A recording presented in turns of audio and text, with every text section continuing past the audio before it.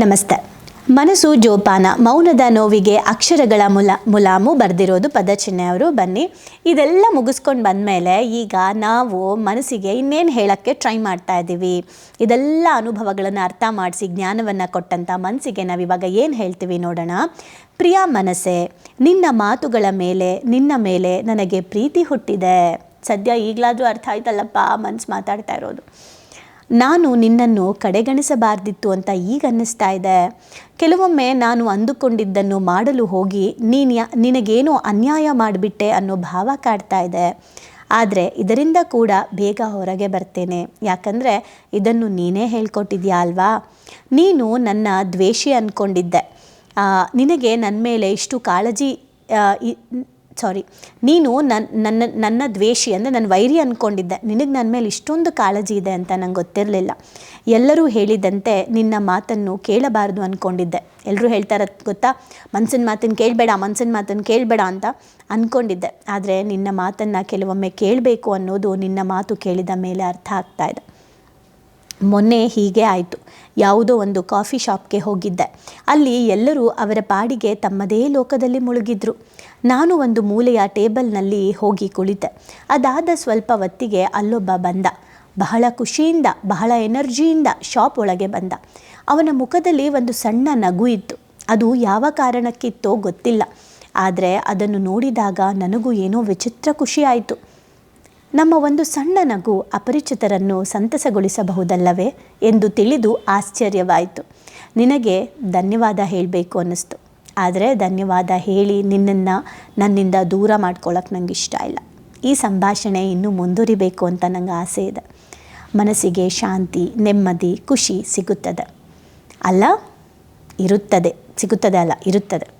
ಆದರೆ ಕೆಲವೊಮ್ಮೆ ಜೀವನ ಅಂದುಕೊಂಡಂತೆ ಸಾಗುವುದಿಲ್ಲ. ಎಲ್ಲೋ ಹೋಗಬೇಕು ಅಂದುಕೊಂಡ ಪ್ಲ್ಯಾನ್ ಮಾಡಿ ಹೊರಡಲು ರೆಡಿಯಾಗಿರ್ತೇವೆ. ಆದರೆ ಏನೋ ಅನಾಹುತ ಆಗ್ಬೋದು. ಆಗ ಏನು ಮಾಡೋದು?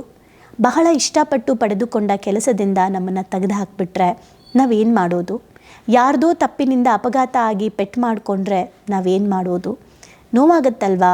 ಒಂದು ವೇಳೆ ಮುಂದಿನ ದಾರಿ ಏನು ಅಂತ ತೋಚದೇ ಇದ್ದಾಗ ನಾವು ಹೇಗೆ ನಮ್ಮನ್ನು ಸುಧಾರಿಸ್ಕೊಳ್ಳೋದು? ಹೇಗೆ ಆ ಕಷ್ಟವನ್ನು ನಾವು ಫೇಸ್ ಮಾಡೋದು?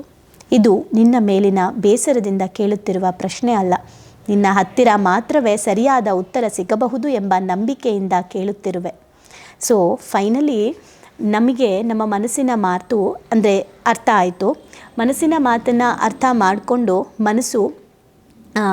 ಮನಸ್ಸಿಗೆ ಬರೆದಿರೋ ಪತ್ರ ಇವತ್ತು ಕರೆಕ್ಟು. ನೀನು ಹೇಳಿದ್ದು ಒಂದು ಬ್ರೇಕ್ ತೊಗೊಂಡು ಬಂದಮೇಲೆ ಹೌದಲ್ವಾ, ನನ್ನ ಮನಸ್ಸು ಹೇಳಿದ್ದು ಕರೆಕ್ಟು, ನನಗೆ ಅದು ಯಾವತ್ತೂ ಒಳ್ಳೆಯದೇ ಬಯಸ್ತಾ ಇದೆ. ಎಲ್ಲರೂ ಹೇಳ್ತಾರೆ ಮನಸ್ಸಿನ ಮಾತನ್ನು ಕೇಳಬೇಡ ಅಂತ, ಬಟ್ ಹೌದು ಕೇಳಬೇಕು ಅಂತೆಲ್ಲ ಅರಿವಾಯಿತು.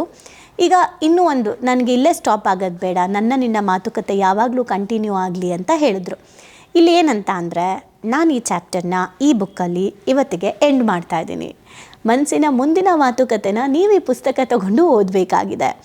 ಏನು ಪ್ರಶ್ನೆ ಕೇಳಕ್ಕೆ ಹೋಯ್ತಲ್ವಾ, ಈಗ ಇಷ್ಟೆಲ್ಲ ಕಷ್ಟ ಬಂದಾಗ ಹೆಂಗೆ ಫೇಸ್ ಮಾಡಬೇಕು, ಯಾರ್ದೋ ತಪ್ಪಿಗೆ ನಾವು ಅನುಭವಿಸ್ಬೇಕಾದ್ರೆ ಹೇಗೆ ಎದುರಿಸ್ಬೇಕು, ಈ ಕಷ್ಟನೆಲ್ಲ ಮತ್ತೆ ಹೇಗೆ ಮಾಡಬೇಕು ಅಂತ ನಾನು ಅಗ್ರೆಸಿವ್ ಆಗಿ ನಿನ್ನ ಹತ್ರ ಪ್ರಶ್ನೆ ಕೇಳ್ತಾ ಇಲ್ಲ. ನೀನು ಮಾತ್ರ ಸರಿಯಾಗಿ ಉತ್ತರ ಕೊಡ್ತೀಯ ಅನ್ನೋ ನಂಬಿಕೆಯಿಂದ ಕೇಳ್ತಾ ಇದ್ದೀನಿ ಅಂತ. ಮುಂಚೆ ಸ್ಟಾರ್ಟ್ ಆಗಿದ್ದು ಹೇಗೆ ಈ ಬುಕ್ಕು, ಮನಸ್ಸನ್ನು ಬೈಕೊಂಡು ಸ್ಟಾರ್ಟ್ ಆಯಿತು, ಆಮೇಲೆ ಪ್ರಪಂಚನ ಬೈಕೊಳ್ತು, ಆಮೇಲೆ ಮನ್ಸು ಮಾತು ನಾನು ಕೇಳಲ್ಲ ಅಂತು, ಕೇಶವಮೂರ್ತಿಯವ್ರ ಮಾತು ಕೇಳ್ತು, ಅವರು ಅದನ್ನೇ ಹೇಳಿದ್ರು, ಮತ್ತೆ ಮನ್ಸು ಮಾತು ಕೇಳ್ತು, ಮತ್ತೆ ಮನ್ಸಿಗೆ ಪ್ರಶ್ನೆ ಮಾಡ್ತು, ನೀನು ಹೇಳ್ದಂಗೆ ಎಲ್ಲರೂ ಕ್ಷಮಿಸ್ಬಿಟ್ರೆ ಆಗೋಯ್ತಾ ಹಂಗೆ ಹಿಂಗೆ ಅಂತ ಪ್ರೀತಿ ಎಕ್ಸ್ಪ್ಲೇನ್ ಮಾಡ್ತು. ಮತ್ತೆ ನಾವು ಬ್ರೇಕ್ ತೊಗೊಂಡ್ವಿ, ಆಮೇಲೆ ಅರಿವಾಯಿತು. ಇಲ್ಲಿಂದ ಹೇಗೆ ಮಾತಾಡುತ್ತೆ ಮನಸ್ಸು ಮತ್ತು ನಮ್ಮ ನಡುವೆ ಮಾತುಕತೆ ಹೇಗಿರುತ್ತೆ ಅಂದರೆ ಬಹಳ ಮೃದುವಾಗಿರುತ್ತೆ. ಪ್ರಶ್ನೆಗಳಿರಲ್ಲ, ಅಂದರೆ ಡೌಟ್ ಇರಲ್ಲ, ಪ್ರಶ್ನೆ ಇರುತ್ತೆ. ಪ್ರಶ್ನೆ ಕೇಳ್ತೀವಿ ಆದರೆ ಅನುಮಾನ ಇರಲ್ಲ. ಇಲ್ಲಿವರೆಗೂ ಫಸ್ಟು ನೋಡಿದ್ರಲ್ಲಿ ಅನುಮಾನ ಇತ್ತು, ಆಮೇಲೆ ಅಕ್ಸೆಪ್ಟೆನ್ಸ್ ಬಂತು. ಈಗ ಕ್ಲಾರಿಟಿ ತೊಗೊಳಕ್ಕೋಸ್ಕರ ಕೇಳುತ್ತೆ ಹೊರತು ಅನುಮಾನದಿಂದ ಬ್ರೈನ್ ಕೇಳಲ್ಲ ಮನಸ್ಸನ್ನು.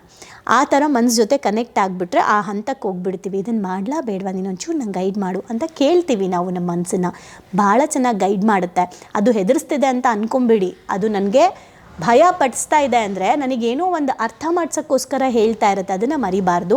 ಸೊ ಈ ಎಪಿಸೋಡ್ ಅಂದರೆ ಈ ಒಂದು ಚಾಪ್ಟರ್ನ ಇಲ್ಲಿಗೆ ಕ್ಲೋಸ್ ಮಾಡಿ, ನಾಳೆ ಎಷ್ಟು ಅದ್ಭುತವಾದ ಒಂದು ಚಾಪ್ಟರ್ಗಳಿದೆ ಇದರಲ್ಲಿ ಅನ್ನೋದನ್ನು ನಾಳಿನ ಎಪಿಸೋಡಲ್ಲಿ ಹೇಳ್ತೀನಿ. ಪುಸ್ತಕದ ಒಂದು ಹಾಗೆ ಲೇಖಕರು ಕೂಡ ಏನು ಹೇಳಿದ್ರು, ಫೋನಲ್ಲಿ ಏನು ಮಾತಾಡಿದ್ರು, ಅವ್ರು ಯಾರು, ಪದಚಿಹ್ನ ಅಂದರೆ ಯಾರು, ಅವ್ರ ನಿಜವಾದ ಹೆಸರೇನು, ಅವ್ರು ಏನು ಮಾಡ್ಕೊಂಡಿದ್ದಾರೆ ಅನ್ನೋದ್ರ ಬಗ್ಗೆ ನಾಳೆ ನಿಮಗೆ ಹೇಳ್ತೀನಿ. ಸೊ ಮನಸ್ಸು ಜೋಪಾನ, ಮೌನದ ನೋವಿಗೆ ಅಕ್ಷರಗಳ ಮುಲಾಮು. Thank you.